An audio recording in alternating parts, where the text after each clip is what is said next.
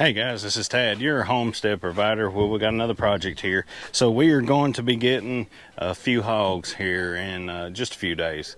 And I'm fixing to build them a hutch to sleep in. The female is pregnant, so it should have some babies here in the next few months. So this would be a good farrowing house. I got this design from Sheraton Parks Farms, Chuck, watching his videos, and I believe he said he actually got it from somebody else. So we're going to make something similar to what he did. I'm no carpenter, so it's probably not going to be exact. I'll have some issues, no doubt. So we're fixing to start doing it. So let's get to it. Alrighty, so he was saying in his video, on the sides of this this hutch, the length or depth, I should say, was 66 inches. So I'm gonna take my tape measure, and from this side, mark 66 inches right there. All right. Now what I'm gonna do is take the same board, and from this end, I'm gonna get it pulled down. And we're going to do 66 inches, just like that. Now, what we're about to do is take and cut this across. He says in his video you can use both sides to, that way you don't have any waste or very little waste. And that's what we're going to do right here. We're going to cut this one lengthways or side to side at that angle, 66, and this will be both sides. We will frame it out and use this at the sides. So now what I'm going to do, I've got my marks. I've got my mark right down there. What we're going to do is take and use a straight edge, anything. I'm just using this board right here. And mark it all the way across. So there's going to be our two sides to the hutch. And now what I'm about to do is take and cut this board, and as soon as I get that cut, we will frame it out.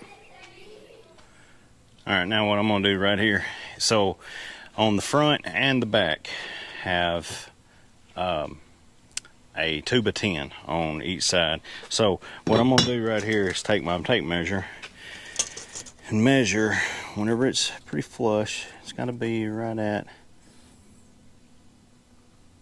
9 1/4. So I'm going to cut this section out right here because this board is going to be straight up and down through here from side to side. So that will get rid of this little section right here on the end.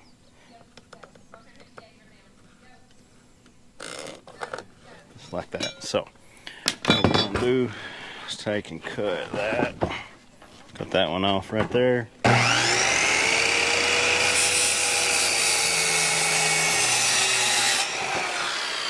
And that is the back side of our hutch. And we're going to do the same thing to this board right here, and then we'll start framing that one out. Alrighty, now what we're going to do is frame this this out right here, and I'm going to cut a little section out on the front side of this one for the 2x10 to fit right in there, and 2x10 will fit down there as well. So we are going to frame this out. We'll be back.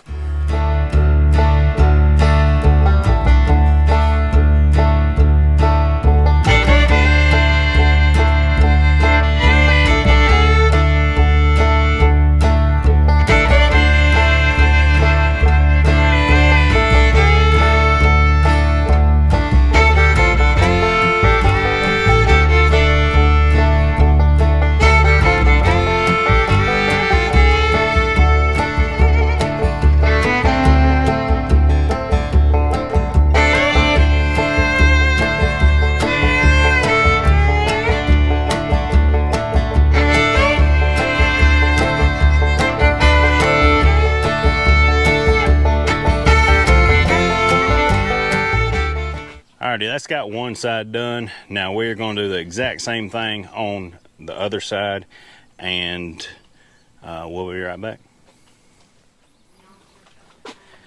Alrighty, now what we got going on here, I've got both of them framed out. We're fixing to put the 2x10s on the front and the back, and we're going to put some 2x4 slats going across the top, and that'll hold it up, hold it together.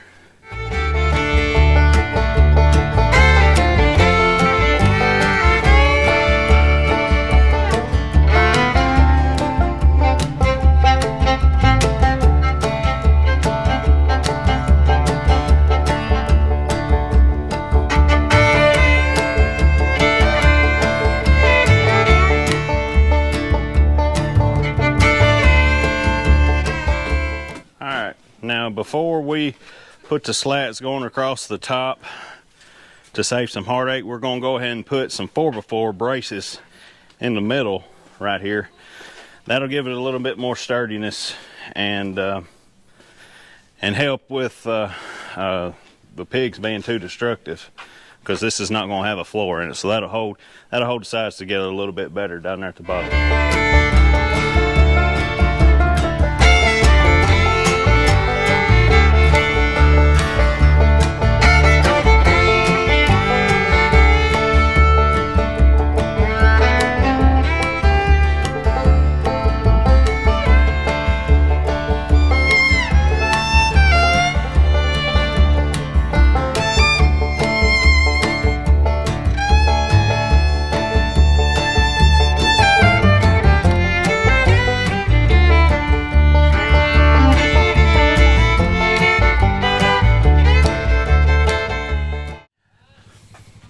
Alright, that's what we got going. Got that all took care of today. I'll have to go to the lumber shed, get a few pieces of 10 and one more 2x4, and we'll put that in here and that'll wrap this up.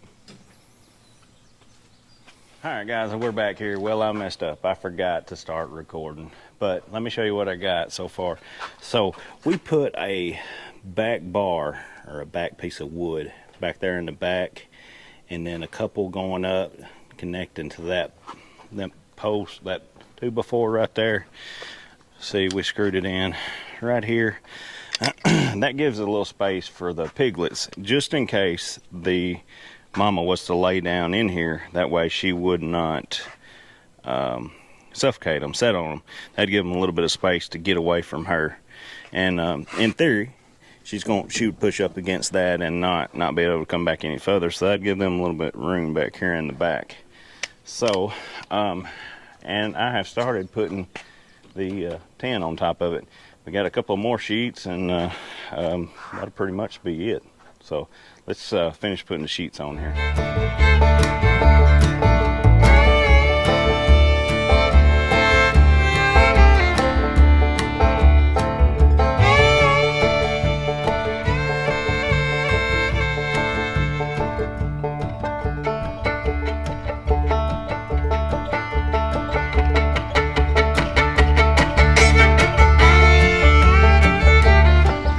Alrighty, now that's got the metal on it.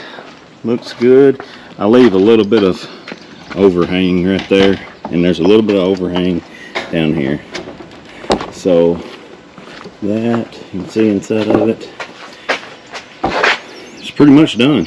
I'm going to put a couple of eye hooks, put one right there and one right here, and we're going to do a rope. That way we can hook the tractor, hook the four-wheeler up to it, and pull it around out in the field.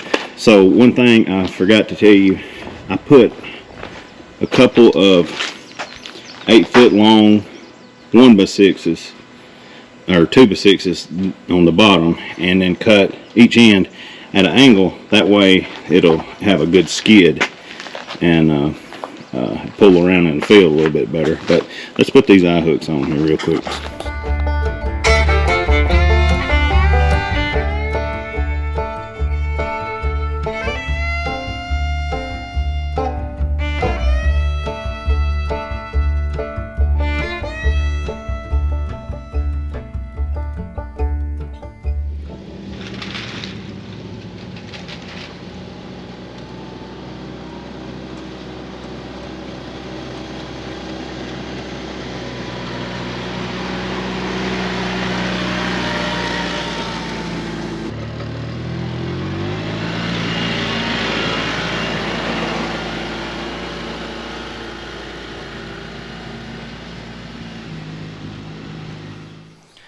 Alrighty guys, that winds us up on making our farrowing house for our Idaho Pasture Pigs we're getting next weekend.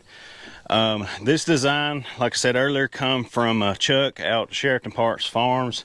I believe he said he found it, or he got it from somebody else too. So this is not my design, but I believe Chuck calls it a pig chalet, which I agree. This is it's a pretty fancy house for some hogs, but the Idaho Pasture Pig breeding pair that we're fixing to get, the sow is set to farrow sometime in August, which is just in a couple of weeks. So I thought this would be good for them. Hopefully she'll have her little piglets in here.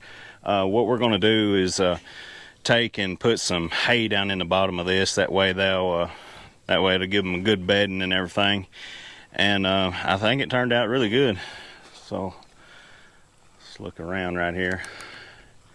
Really, I'm really satisfied with how it turned out. But not much to it. Pretty relatively simple to build. Worked out pretty good. There's a good area for them in there. I really do like the back.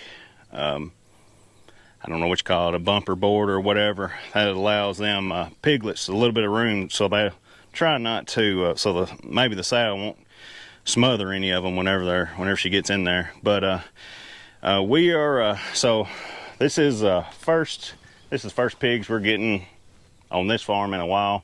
I've raised some before, but it was mainly just a couple feeder pigs. We're going to start raising these to sell and slaughter ourselves. So the initial idea, so we have this pond right here that's pretty well covered in lily pads, and in theory I'm hoping that these pasture pigs will sort of root that up a little bit and eat all them lily pads down and completely out.